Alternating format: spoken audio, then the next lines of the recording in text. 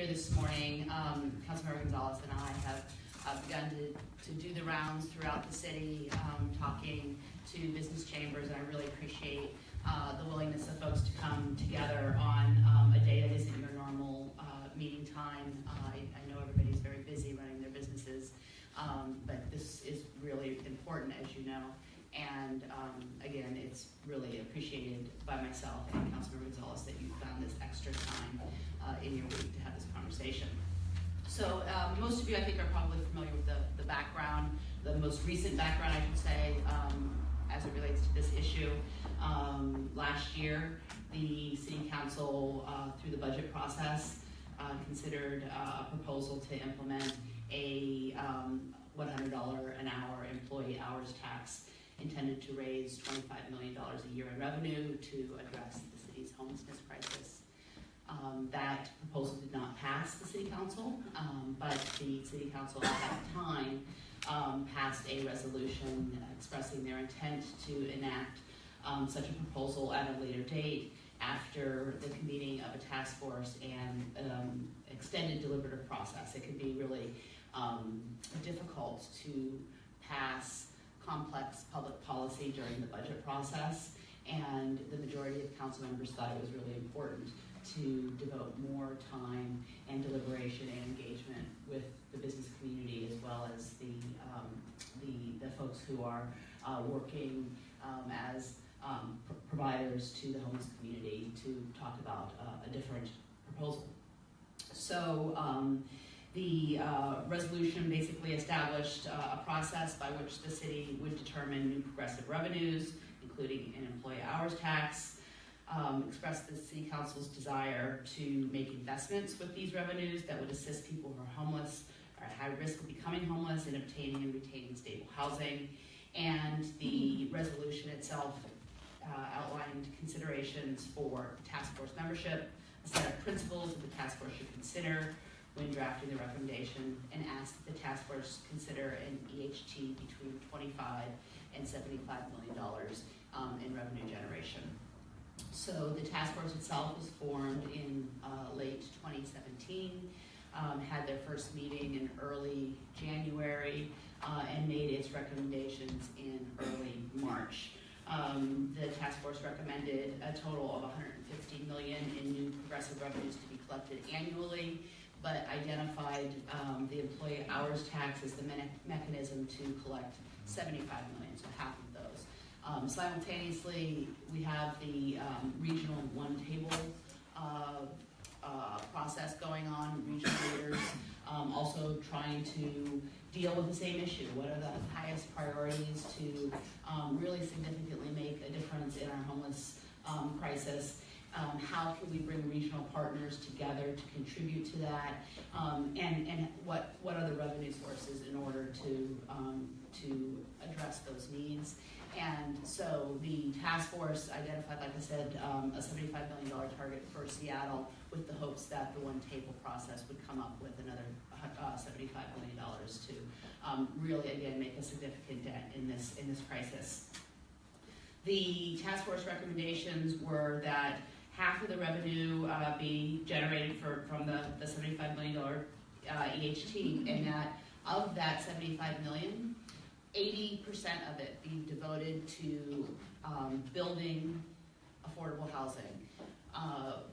We get a lot of questions from folks saying, making note of how much we spend currently on homelessness services and asking why that isn't making a difference. The reason why that's not making a difference is because those dollars are being used to primarily to provide emergency survival services for people.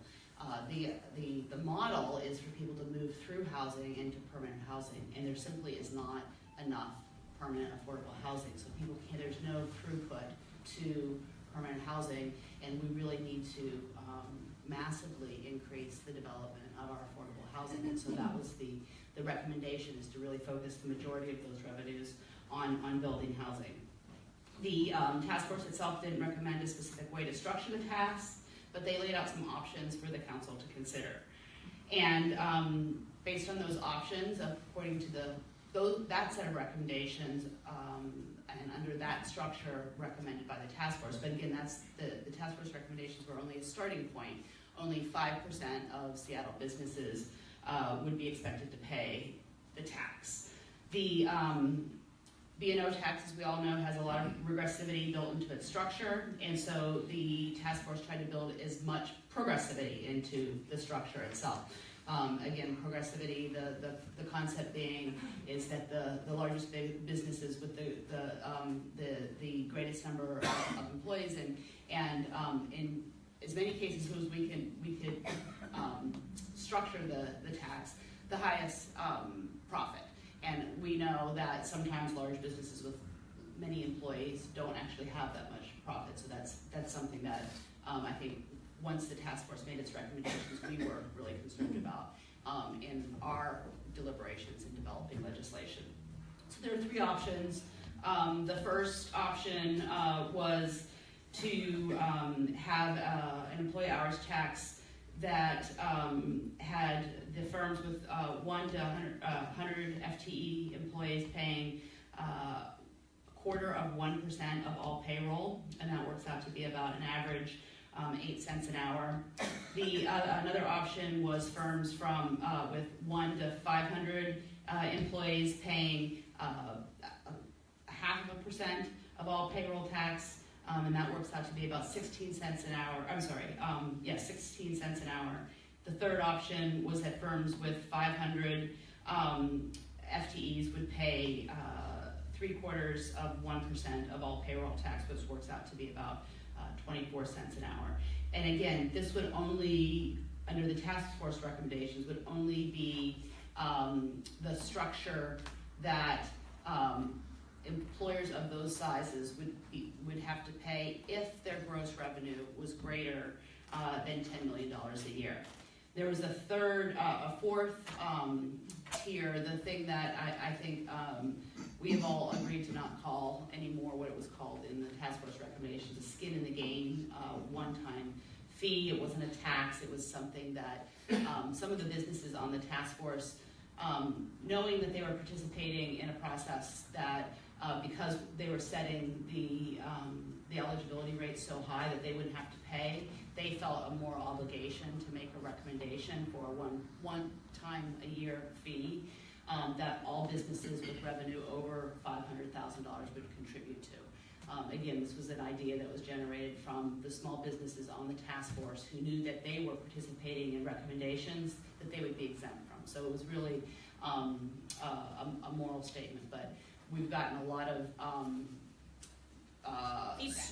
feedback, strong feedback that people found that term offensive because as business owners, you all have skin in the game, and we recognize that. So we have been calling it a annual one-time fee. Then finally, the task force, like I said, wrapped up its recommendations in early March. Then the council has begun in earnest its own deliberative process. March 14th, the council had its first briefing from task force members in Councilmember Bagshaw's Finance and Neighborhoods Committee. And we've had subsequent meetings. On March 28th, we had a meeting in that same committee to discuss the work plan and the revenue considerations, the work plan being sort of what the calendar was going to be for deliberations, what would be discussed at different meetings, what our public outreach would be, when we would have a public hearing, those sort of things. And then on April 2nd, there was another committee meeting to discuss a potential spectrum of needs and investments and services, sort of more digging down into what the revenue would be used for, what a business plan would look like, what an implementation plan would look like. And then this week on Tuesday, we had a business roundtable, again sponsored by Councilmember Bagshaw's Finance and Neighborhoods Committee. Next steps, we've got a public hearing coming up on April 23rd in council chambers. And like I mentioned, Councilmember Gonzales and I are visiting business chambers throughout the city. And we anticipate having draft legislation available before next week's public hearing. Wow. Wow, that's right. lot of information. So that was, I think, a really wonderful, accurate summary of what the task force recommendations were to the City Council. And the only thing that I want to add, there's two things I want to add. One is just really lay out what our intent is in terms of going into neighborhoods to talk to business chambers, and then secondly, what I think we see our responsibility to be now that we have these recommendations from the task force. So I guess I'll start with the second point first.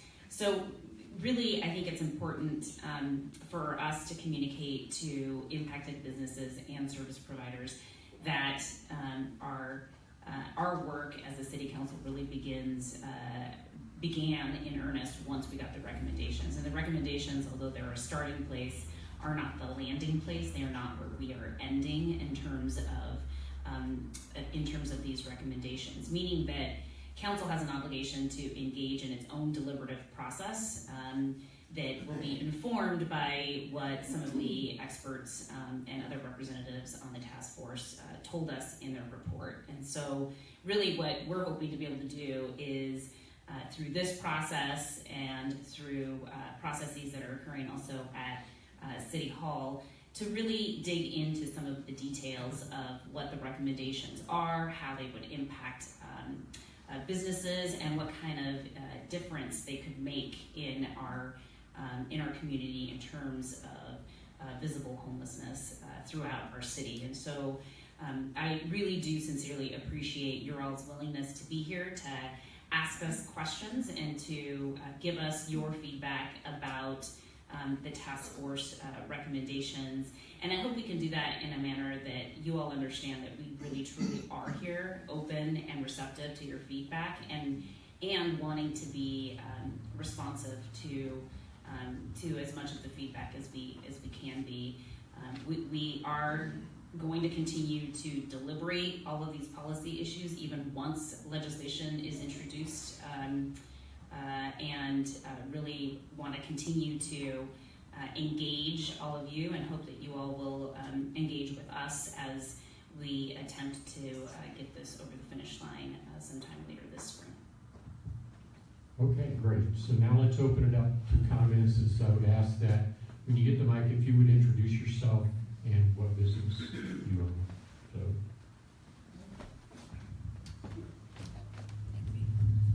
Hi, I'm the hospital manager for BCA West Seattle, and we do have a large corporation, but we operate as a small business, which is why I'm a member of the chamber. And we don't get bailed out by BCA. We have gone with the payroll, and we're already giving minimum wage at $15.45. We do offer benefits, but we thought for our employees, we would just go ahead and jump to the top tier, and we're more than happy to do that. But we don't get bailed out with our big company behind us, and if you do another 24 cents to us, then our hospital may have to close, because we have 3 or 4 competing veterinary offices that do not have to go to the minimum wage that we had to, and their operating expenses are lower than ours. So I just want you to keep that in mind, that even though we do have a large company, it's a small business. And how many employees do you have? Personally, we have 12. Yeah.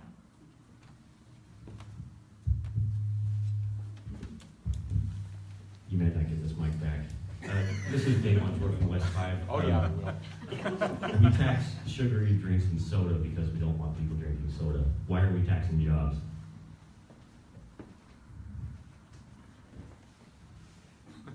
So this isn't intended to be a tax on jobs. The per hour is the mechanism. Much like other cities have a per hour charge to pay for health benefits. In San Francisco, there's a per hour charge to pay for service workers to access health benefits. We are looking to move towards a payroll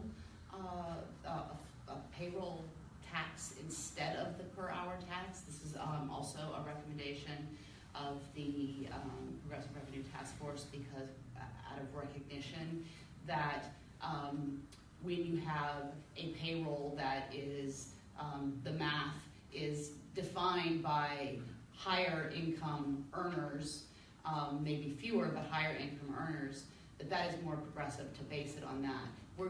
If we go that route, it is going to take us some time to go that route, to transition from an employee hours tax to a payroll tax, but that is our preference. If I could just add there, I think, good morning, Dave. Good morning. So I think really the question that Dave asked makes me think about issues around accountability and impact and potential unintended consequences. And I just want to be really clear that we are definitely thinking about those things. There are several suburban cities that currently have an employee hours tax in King County, including Bellevue, help me out, Redmond, and a few others that have an employee hours tax. I've been asking since last fall whether there's any data, reports, evaluation, anything that would indicate to us in the consideration of this policy that this type of formulation of a tax results in the loss of employment or job opportunities. I have been asking for that information since the fall and have not, and have been told that it doesn't exist, that is not something that is being, that is available. And so I haven't quite figured out why it's not available, but I assure you that I'm asking the questions, and that my hope is that as we have done with some of our other prior laws, both in the labor standards area and in other areas, that we will be able to have an opportunity to have an evaluation to make sure that we are keeping track of any potential unintended consequences. And so that is, I think, an important aspect of how we want to advance this policy, and how we want to have a look back and to have an opportunity to really evaluate those consequences. And we did have we had an employee hours tax here in Seattle prior to 2009, because of the reason, and there was no income revenue threshold, right? So all businesses paid it, with the exception of those businesses that participated, had transportation management plans that incentivized their staff to take transit or alternate means of to single occupancy vehicle travel. And so that existed. It was on all businesses in the city, and the reason it was removed was not because it was a tax on jobs. It was removed because of the complexity around it, because of its connection to transportation. Businesses had a difficult time demonstrating to the city the number of their employees who took transit, and so it was a difficult tax to administer. So my name is Gary Potter, and I build houses. And once you build these low-income houses, is this tax going to go away? So one of the things that that has been discussed is the concept of a sunset, I think there's an interest in reducing the size of the tax over time, but we are going to be using some of these dollars to do ongoing housing bonds. And when you have a 20, 30-year housing bond, you have to have a revenue source to pay it off. So for every $25 million in housing bond that we do a year, we need about $2 million a year to pay off those bonds.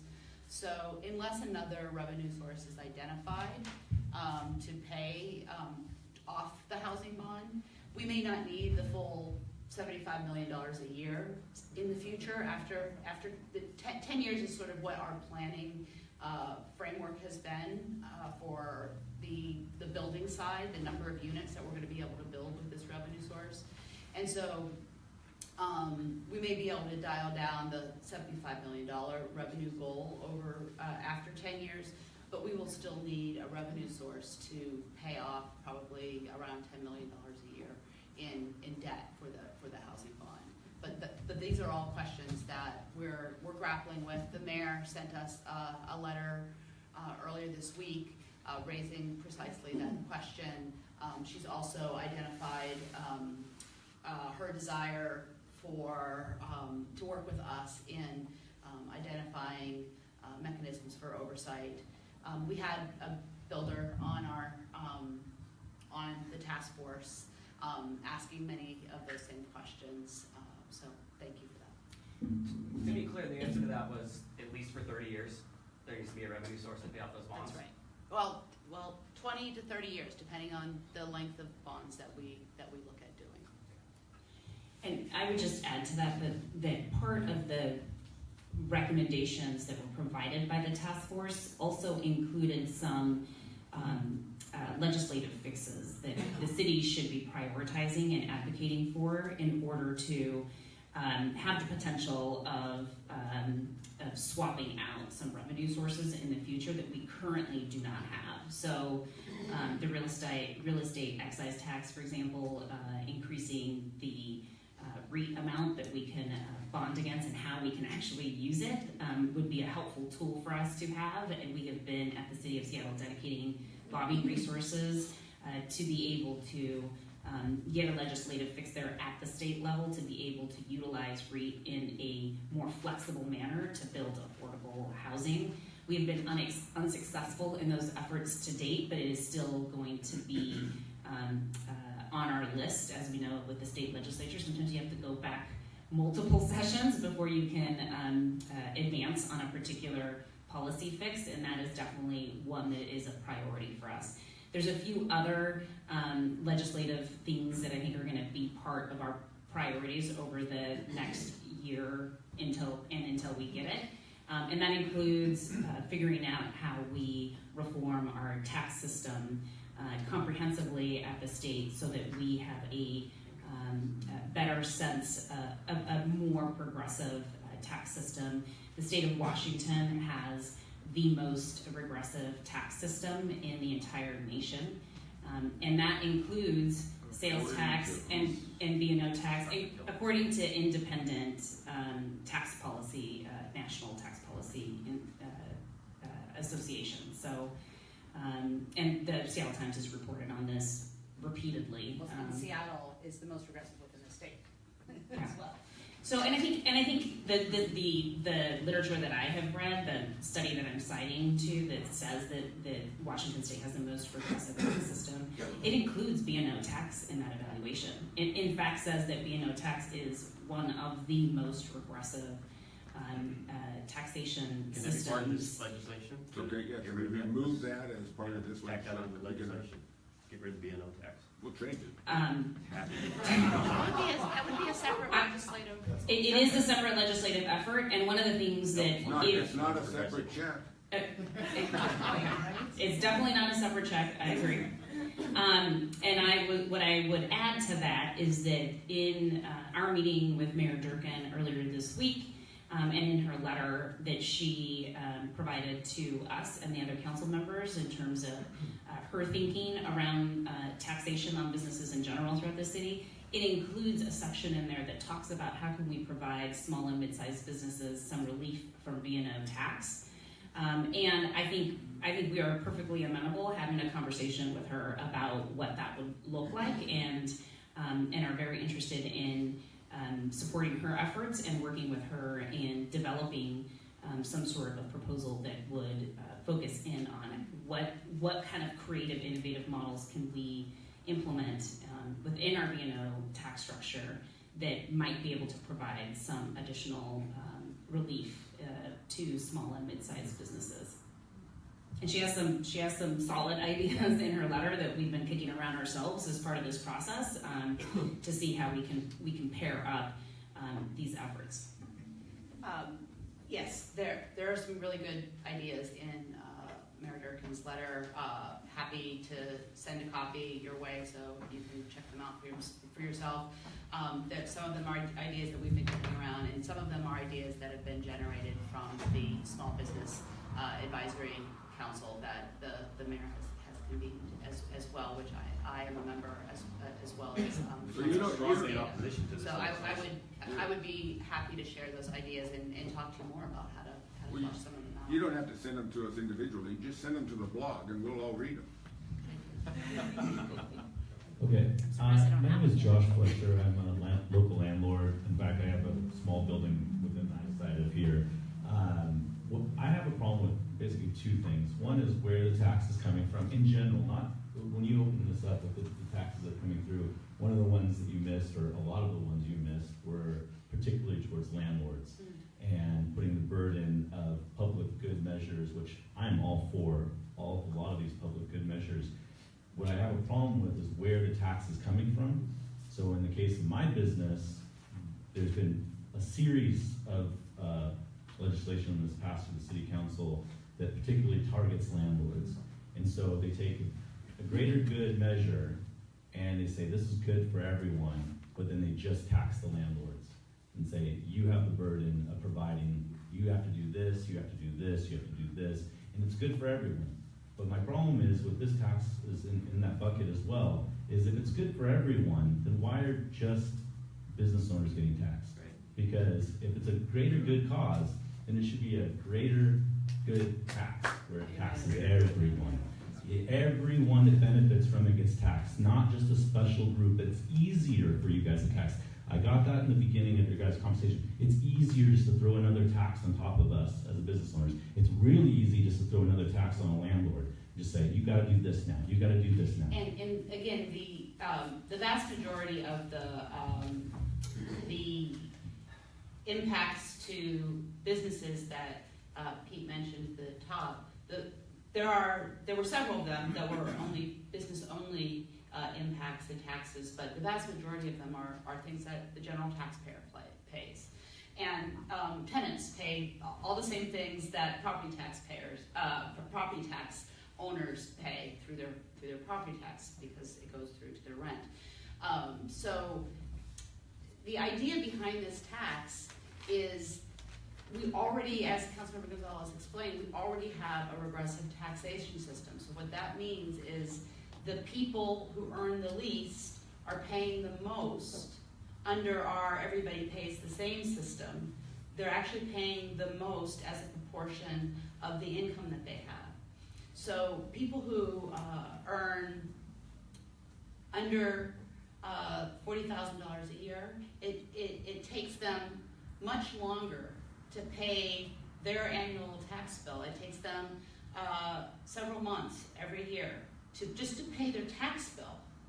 Whereas the top 5% of the city, it takes them only a couple weeks to pay their year's worth of tax bill. So we are trying to construct a tax that helps just a little bit right that.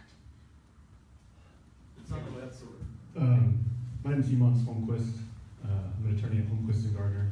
We represent hundreds of small businesses and probably more than that in property owners. So we have a large sort of constituent base of our own to hear from about these issues. I lived here my whole life. I went to Garfield High School. I went to college or law school, I think, with Lorena. I think we graduated at Seattle U in 2006 or thereabouts. 5. So you were a year ahead of me. Happy to have graduated. I want to start by saying that we keep hearing this phrase, and I hear this a lot from my clients, that this is a homelessness crisis.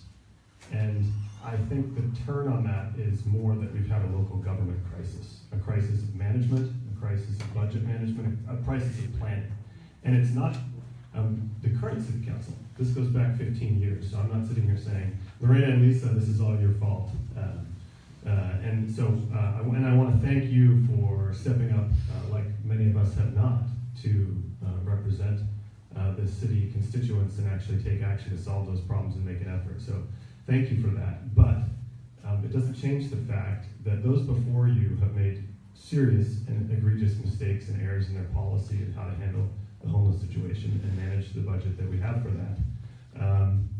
It's we've had a 26% increase in population in Seattle, and the homelessness increase is like 300 or 400%. So we have done something completely different here to incentivize folks to come to Seattle, and any different view of that is objectively wrong. We have taken the wrong steps starting a decade and a half ago. So rather than talking about how to throw more money at the problem, I'd like to know what you're doing to change the existing policies to be different than the way we spent money in the past, which is objectively wrong, like just black and white. And secondarily, I'd like to hear specifically what we're doing in terms of enforcing existing laws. I applaud the mayor's efforts recently to step up enforcement of existing laws. I want to help these people, but I don't think enacting policies like allowing the campers to sleep in the parks where kids play soccer is an example of incentivizing or disincentivizing conduct. So hopefully you guys can speak to that issue specifically. Thank you.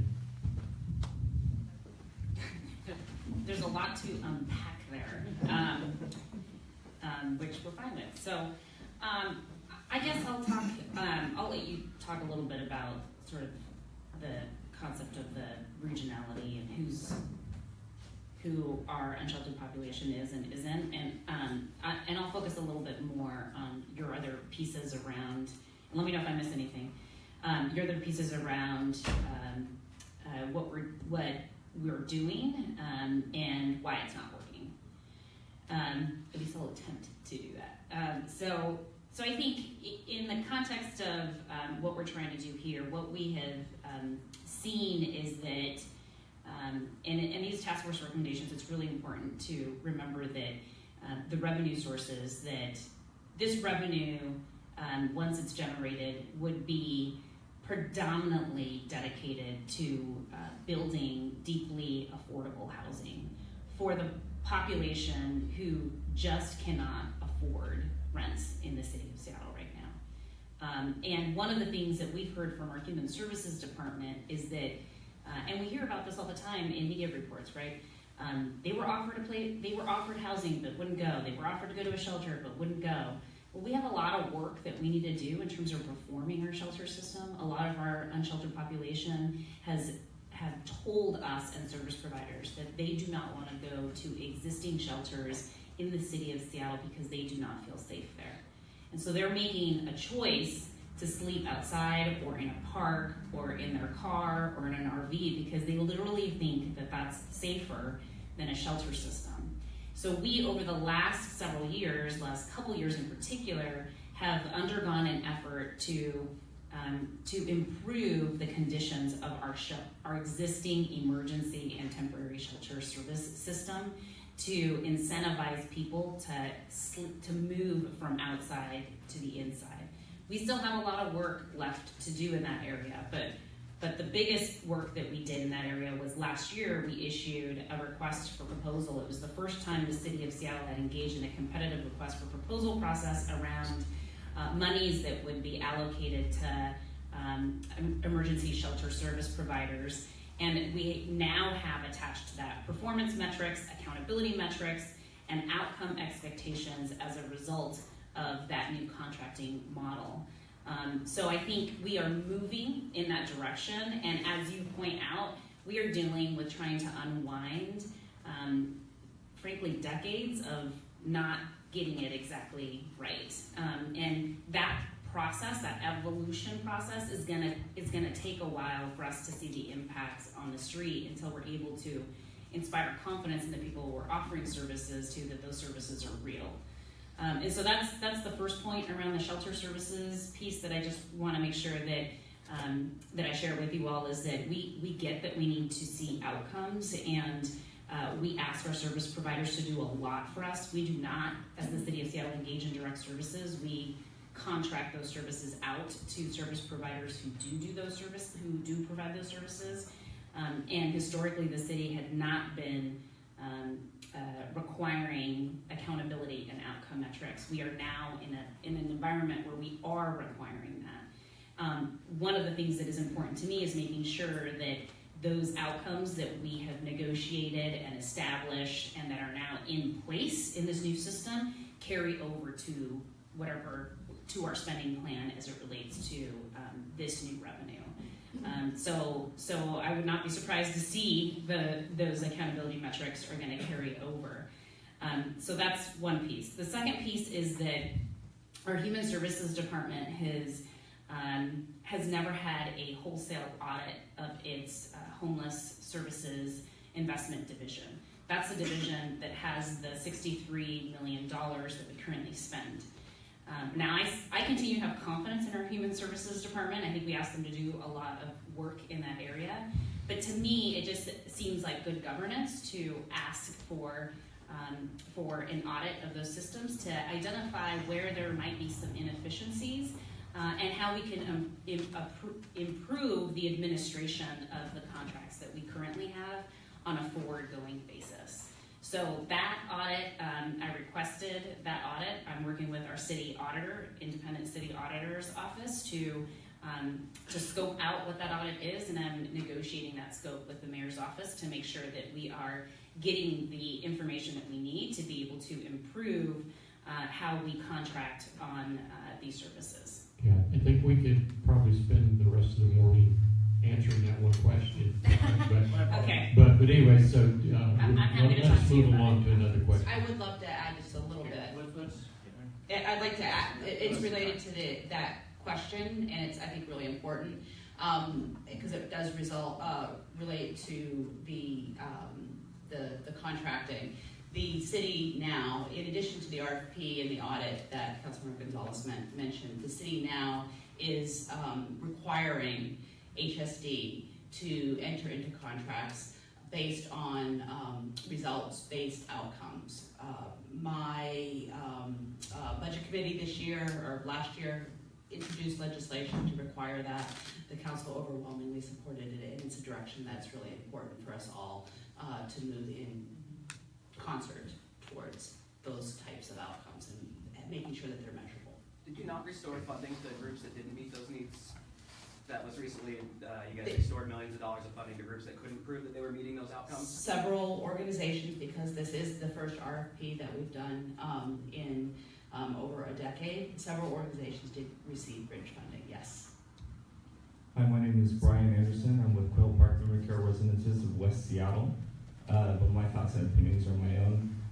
For an example of a head tax that you're looking for an example of, Chicago implemented a very similar head tax.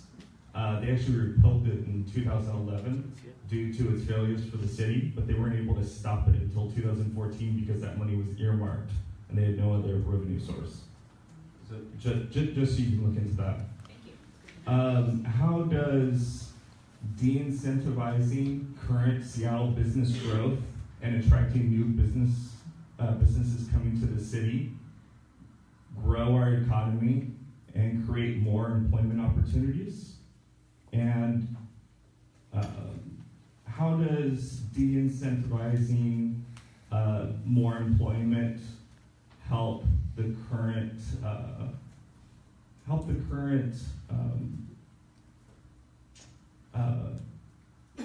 job stability and homeless problem? How does taking away those economic growth factors keep people employed and keep people housing stable or not homeless? Sure. The reason why businesses decide to move to a city are varied and complex, and what makes a good business climate, really one of the big factors is our ability to fund the things that make a city work and make a city livable, that make an employer want to bring their employees to a city.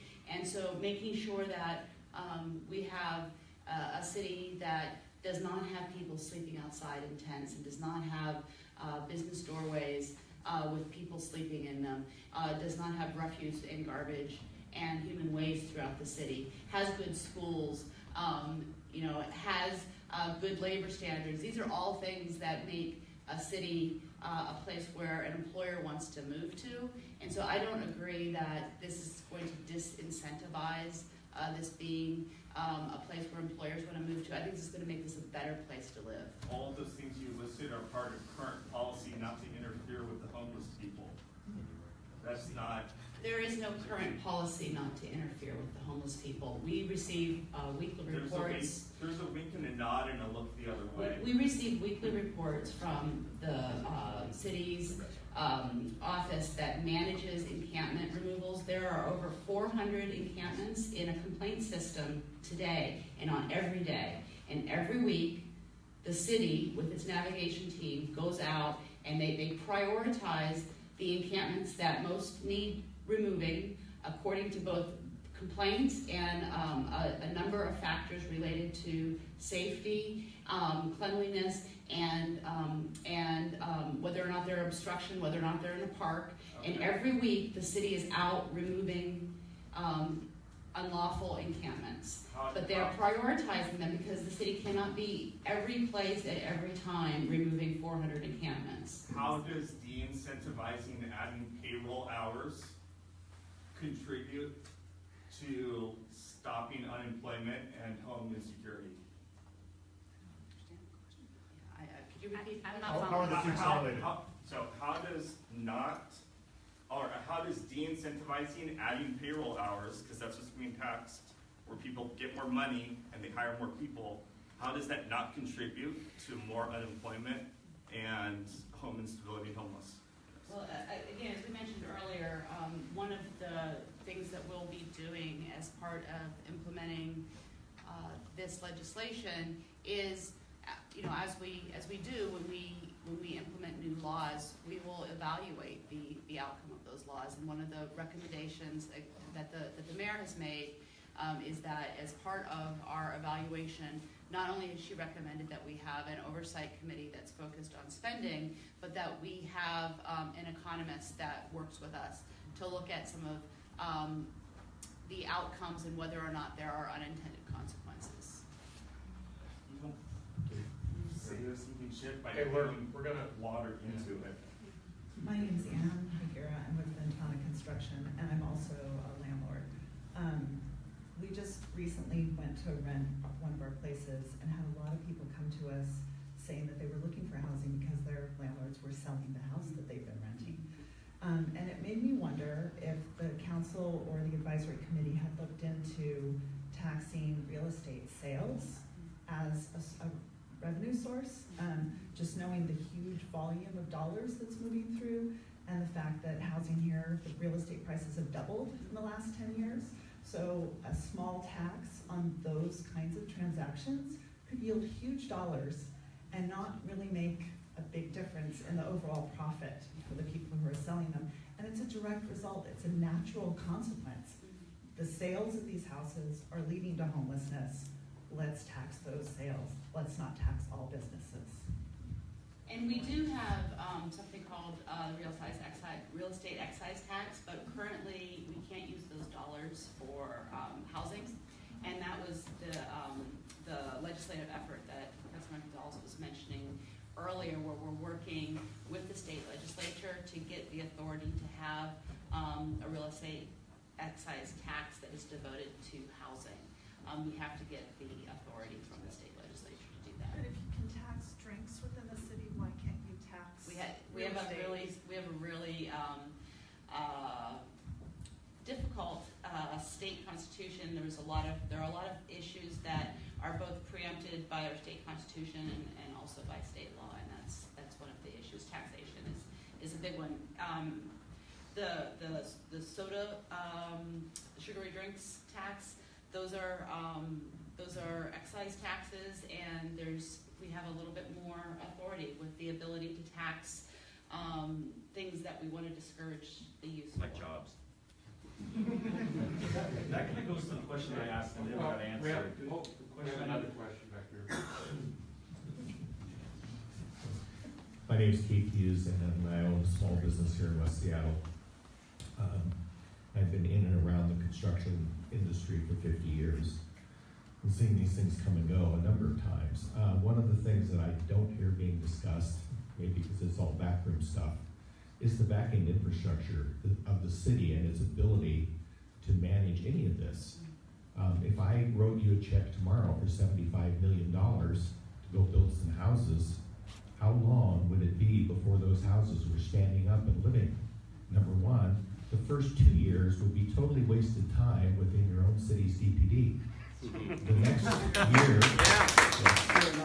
The next year after that would be totally wasted time after it gets out of DPD, going through the other city agencies to get permission to put a red cone on the sidewalk.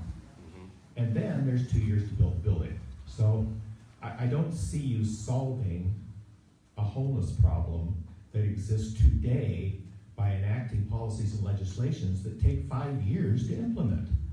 If you don't do something about DPD and their ability to get paperwork out the door, you are going to lose another 150 people to freezing to death on the street while you wait for your own damn internal department to process the paperwork. Get DPD under control so you can actually build housing.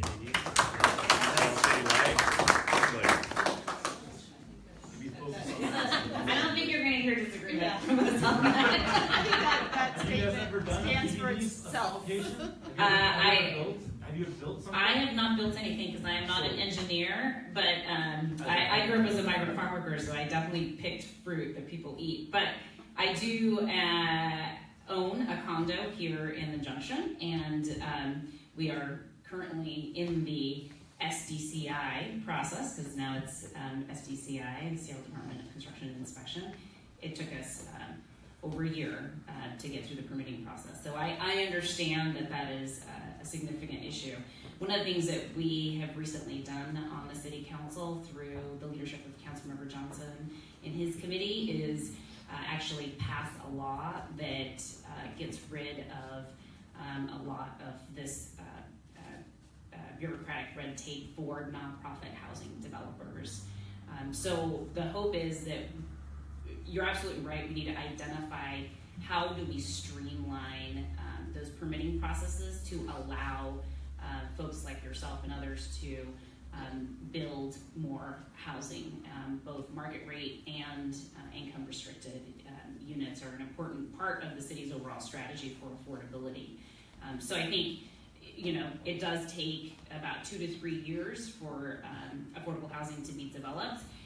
We are interested in giving direction to the Office of Housing, who is slated to receive 80% of the revenue generated from the $75 million, to use those funds to prioritize those funds in a way where they are looking at projects that are further along in that building spectrum. So just earlier this year, the mayor and city council announced an award of $100 million for development of affordable housing, and we have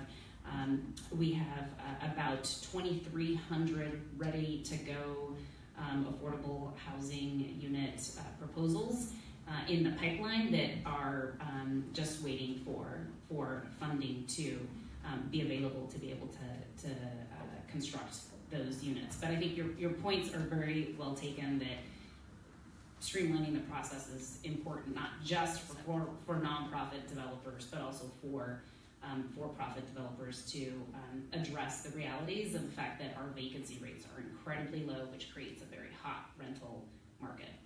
So in respecting everyone's time, this will be our last question.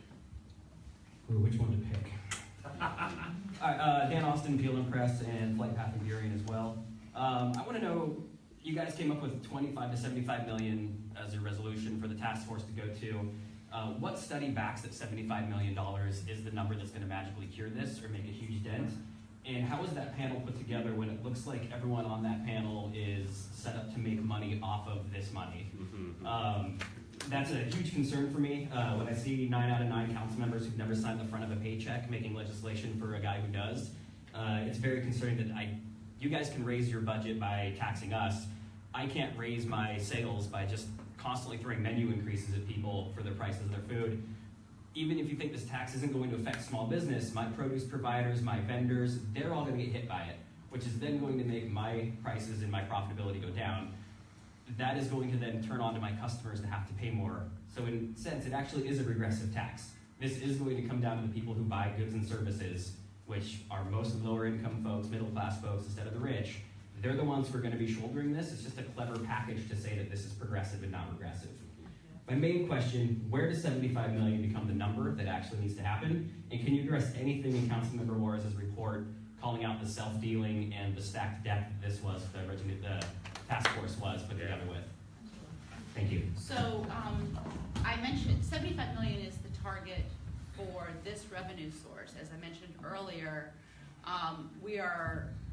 the task force recommendations really said that there needs to be a revenue target of 150 million. Why? But everybody keeps reminding us, and it's a principle that I believe deeply in, that this is a regional issue, and so we need regional partners to contribute to it.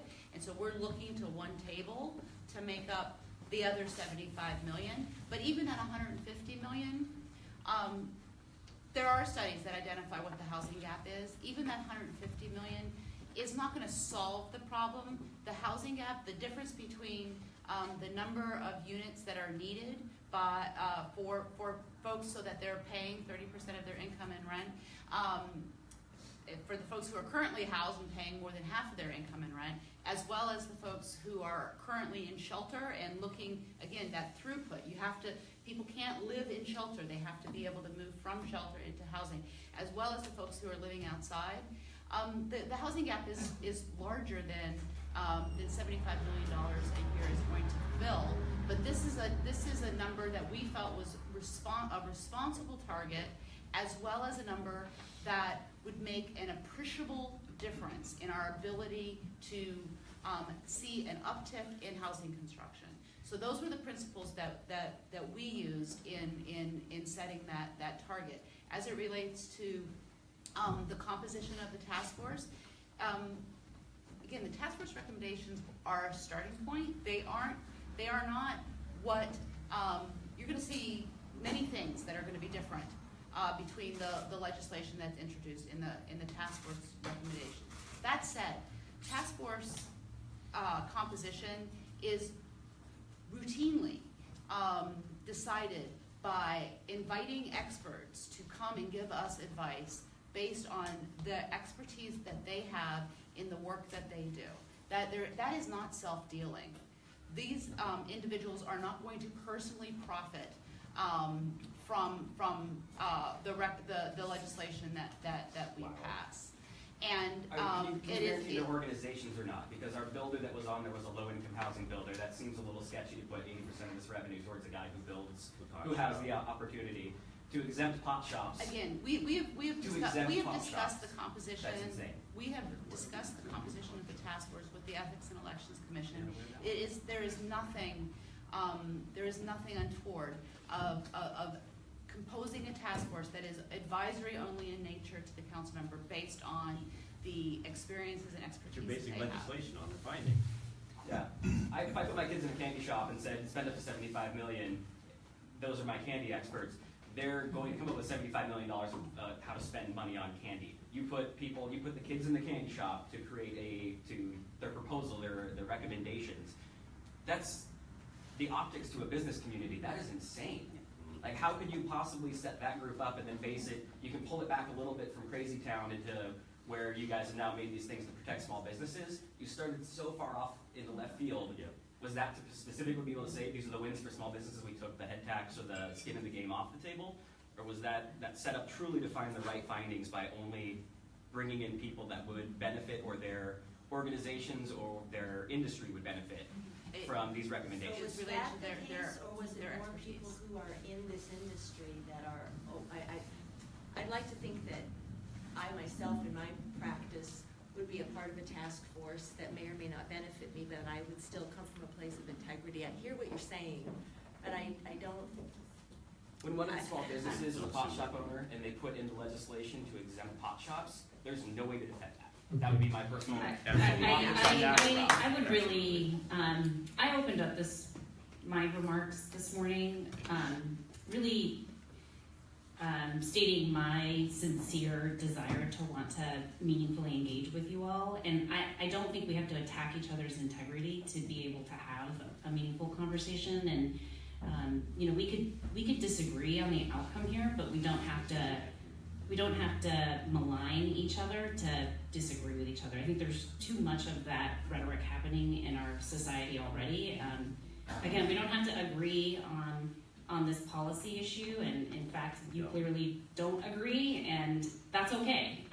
That's why we're here, is to listen and to invite you all to engage with us on addressing, hearing your concerns, identifying your concerns, and seeing how we can work together to mitigate some of those concerns, while also balancing what is our obligation to address basic human needs of people who can't address them themselves. And I am perplexed by some of the criticisms. I don't think that these folks came to the table because they're looking to make a buck. They're folks who have dedicated their lives to providing human services and to dealing with human suffering, and I'm going to take that for face value. And we do have a whole set of ethics codes at the City of Seattle that address issues of conflict of interest that are applicable to folks, and I would expect full compliance with those rules. And I'll just say that in terms of your question about Councilmember Juarez's allegation that there is self-dealing, that criticism was specific to two things. Two programs that I want to highlight. One was the LEAD program, and how many of you know about the LEAD program? So that's a program with law enforcement that focuses on criminal justice diversion of individuals who are actively using heroin or opioids. So instead of putting them in prison, which costs a lot of money, diverting them to a social worker and a case manager to get them into recovery and off the streets. Very popular program. We hear about from neighborhoods all the time about how they want LEAD in their neighborhood. We know that one of the main causes for homelessness is our inability to meaningfully address the opioid epidemic, and so it's a very popular program. It's one that has wide unanimous support from City Council, and so that's one of the programs that the task force recommended we utilize some of these funds to support. And so I don't understand why Councilmember Juarez would not be supportive now of supporting funding LEAD. The other one is some other public health approaches that we could take to make sure that we address the opioid epidemic. And again, we're all on the same page here. They're programs that the City Council, prior to this work, for the last 2.5 years, has been saying that they support. And so I think that it's important for us to remember that setting motives aside, the programs that are being recommended that we fund through this revenue source are programs that are very popular in our community and that the City Council has taken strong positions favoring. Okay, and to wrap things up, I don't know if you all have read the mayor's letter to the City Council, but I'd like to read two short passages from this that I think are important to our small business community. And the first one says, Seattle must protect our small businesses when considering any new business taxes or regulations. Seattle small businesses are our largest employer. They provide economic opportunity and create the rich texture and character of our neighborhoods and city. With many small businesses facing a series of increased commercial rent, taxes, regulations, and construction impacts, our city must ensure we're protecting and reinvesting in the vibrant web of small businesses. And then the last one says, a large range of jobs, from our building trades to restaurant workers to nurses, teachers, manufacturing jobs, and tech workers, have depended on the economic growth we have experienced. As we work to lift up those that have been left behind and make our city more affordable, we must be careful not to do harm. So I'd like to number one, thank our CEO, Lynn Dennis, for all of her work in putting this together. I'd also like to thank both of our council members for taking time to come talk to us this morning. But most of all, I'd like to thank our membership for showing how much you truly care about the West Seattle Chamber and our small business community. So thanks so much for coming out today. We'll see some of you on Saturday for the other event that you're hosting. Isn't that coming up on Saturday? That's correct. On Saturday, the homeless forum Great. at Youngstown Cultural Arts Center.